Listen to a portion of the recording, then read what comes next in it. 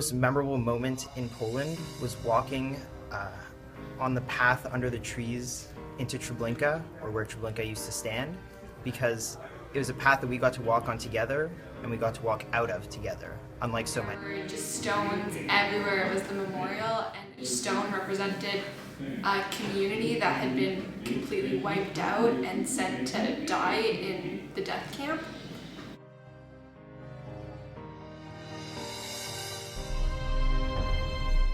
It was really a terrible place to see, but more than just the sights that were there, we heard and we learned some terrible stories of things that happened there, like prisoner abuse to the extreme. Terrible place. We saw that there was still strength and hope. They were forced to make a statue kind of a tribute to the Third Reich. They actually snuck some of the ashes of the deceased prisoners into the base of the statue. So they were forced to pay tribute to the Third Reich every time they walked by the statue, but in reality they're paying tribute to their fallen friends and family. For me, the most memorable part of Poland was walking through Majdanek in that bunker where the shoes were. There was just so many shoes, and it just made it such a reality. I'd have to say the most memorable part of Poland was during the time we spent in Majdanek. I found it most memorable because it really hit me, seeing all the ashes and the sheer quantity of people that died there.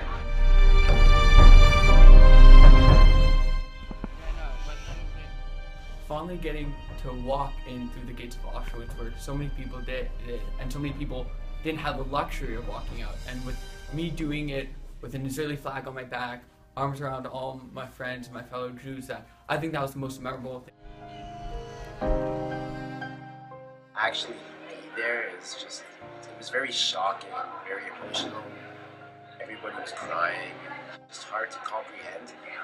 There's grass everywhere. There were birds chirping and frogs croaking. I even saw people with their kids walking around as if it was a nice stroll in the park on a nice spring day.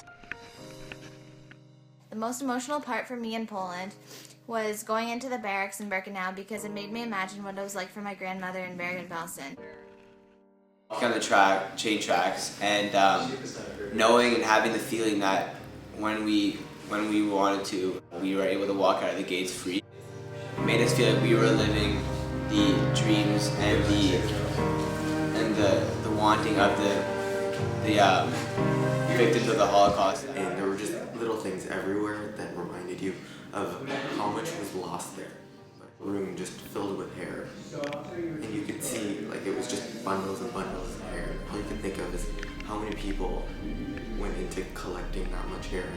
People had gone into creating what we now know as the most destructive period in Jewish history.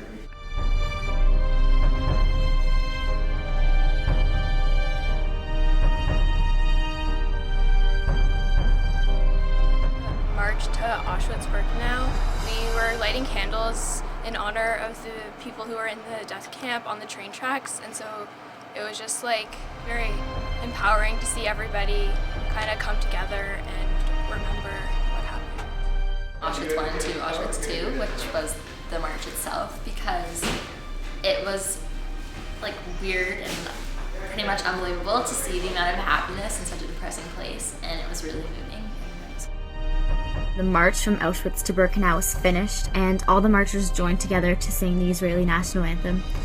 It was a truly incredible moment, and I felt so proud. Never again means to me that even when all the Holocaust survivors pass away, we, the next generation, can never forget about the Holocaust.